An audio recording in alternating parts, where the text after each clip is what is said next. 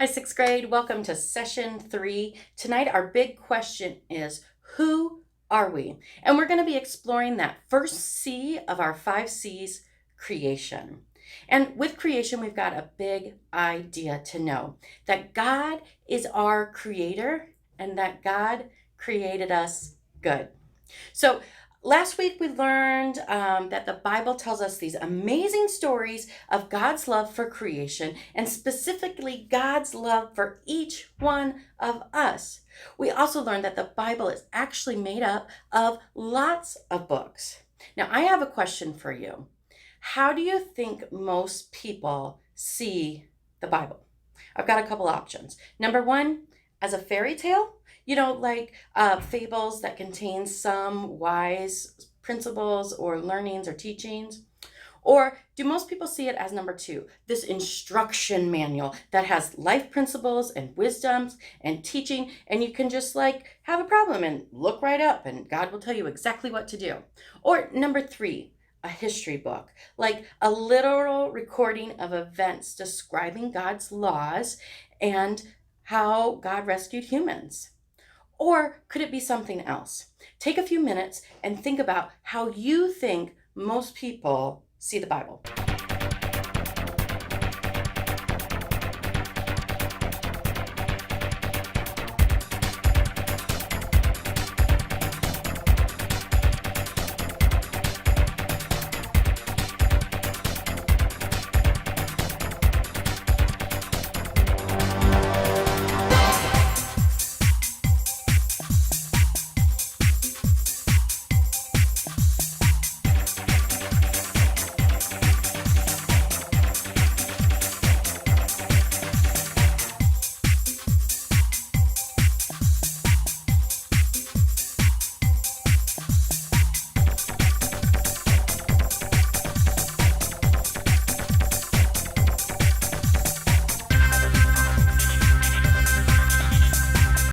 I want to share that I think the Bible might be something else.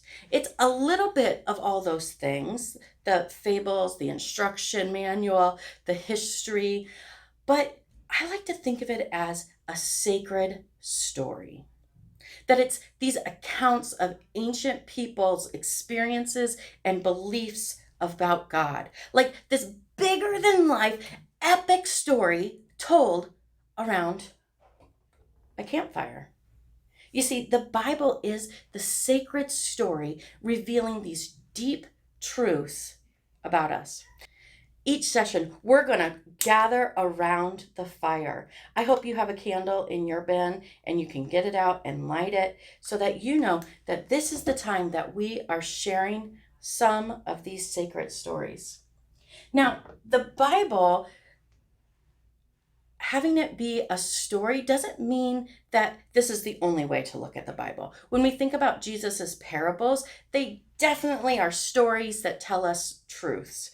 And when we think about the 10 Commandments, those are definitely some of God's instructions for us. And it has a lot of history in it too. But I think it will be most helpful for us to think of the Bible like this sacred story. You see, the ancient Israelites and early Christians who gave us the stories that are in the Bible weren't trying to report events like modern day journalists or historians. Instead, they were telling stories of their experiences and what they believed was true about God's activity in the world. And many of these stories were told and were passed down from generation to generation to generation. So we're going to look at the Bible as this sacred story, a story that combines literal and poetic descriptions of reality to reveal to us deep truths about God and us. Last week we said that God inspired, breathed in every word of the Bible, and it is God inspired. To help us experience the stories, we're going to do something called imaginative listening. And what do you think it takes to listen with your imagination? Take 30 seconds in your group to talk about what does it take to listen with imagination.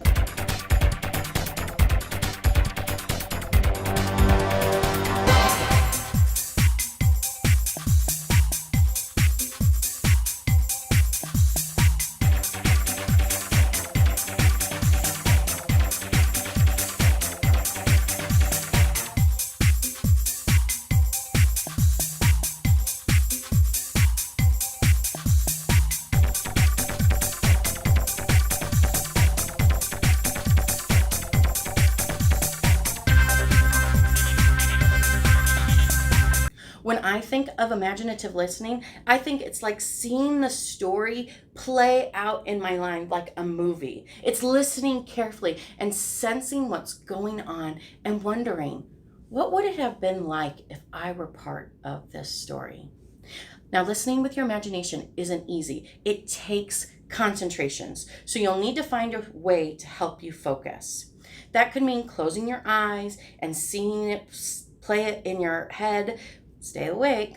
Or it could mean doodling and drawing out what you hear and in the stories. Your leaders have some paper and crayons for you to do that. Or it might mean focusing on your candle and watching that, using that as your focal point and listening deeply to the stories. Now, are you ready? We're going to do 2 stories today from the first couple chapters of Genesis. These are 2 creation stories. One where God is a little bit far off and creating lots of things, and one where God is very near creating humans. Story 1 is from Genesis 1, and it's a poetic account told by ancient Israelites for many generations, and it begins like this. The Creator, the great and mysterious being called God, formed the earth and the heavens above. And while the earth was still shapeless and empty, God's Spirit hovered over the surface of the dark water.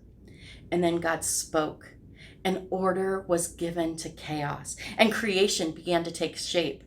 God created light and pushed back the darkness. God separated the sky above from the waters below, the sky, the oceans, and the seas, and gathered the waters, allowing dry land to appear.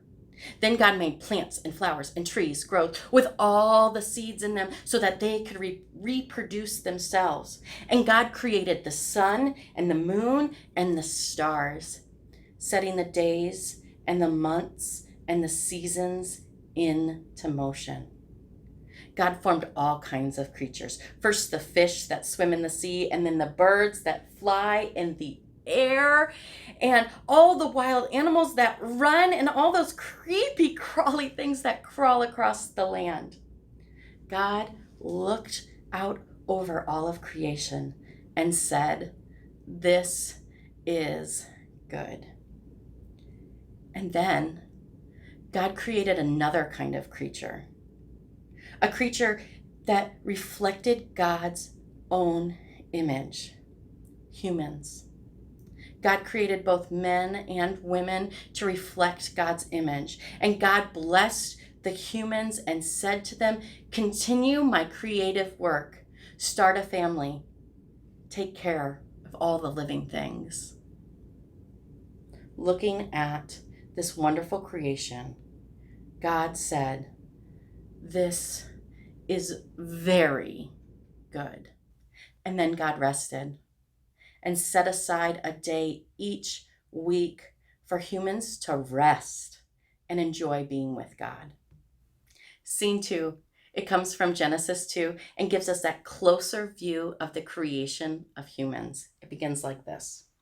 Now, when the plants and trees were still just seeds in the soil, God caused water to mist from the ground and start their growing. Then God took dirt from the earth and used it to form a human being. And then God breathed into humans' nostrils, and suddenly the human came to life. This person would be known as Adam, which means ground or dirt. And God planted this beautiful garden filled with all kinds of plants and trees and delicious fruit. Sparkling rivers flowed through the center of the garden, and God gave Adam a great responsibility to work in the garden and care for all the living things. God even brought each kind of animal to Adam so that Adam could give them names. And in the middle of the garden stood 2 special trees, the tree of life and the tree of knowing good and evil. Now God told Adam, "Enjoy the fruit from any tree except for one. If you eat from the tree of knowing good and evil, you will die. Later, God said to Adam, "It's not good for you to be alone. I will make a partner that's just right for you." So God put Adam in this deep sleep and took a rib right from his side and filled it in. And then God used Adam's side to make the first woman. And when God brought her to Adam, Adam shouted, "At last!" Adam would call this new companion Eve, which means giver of life. Adam and Eve were joined together as one, and they were naked, and they never felt ashamed. And God would come and walk with them in the cool of the day.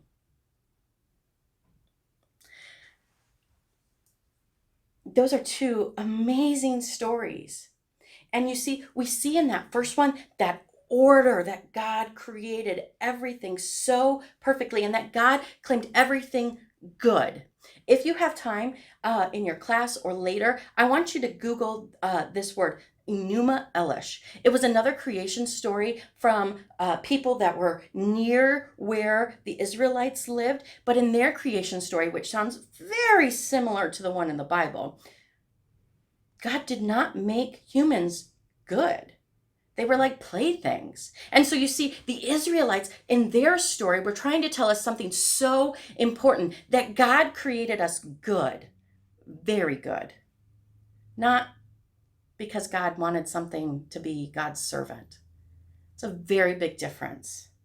And then you see in this second story that God is actually among the people, walking, forming, like God's some sort of surgeon, putting Adam to sleep and taking a rib out and creating Eve. And did you notice that Adam's name means dirt? And did you notice that God breathed in life? God inspired. It's God's breath that both created everything through the words that God spoke in the first story, and it's God's breath, those words, that blew life into Adam and Eve. That's so cool, because that's exactly how we are created too.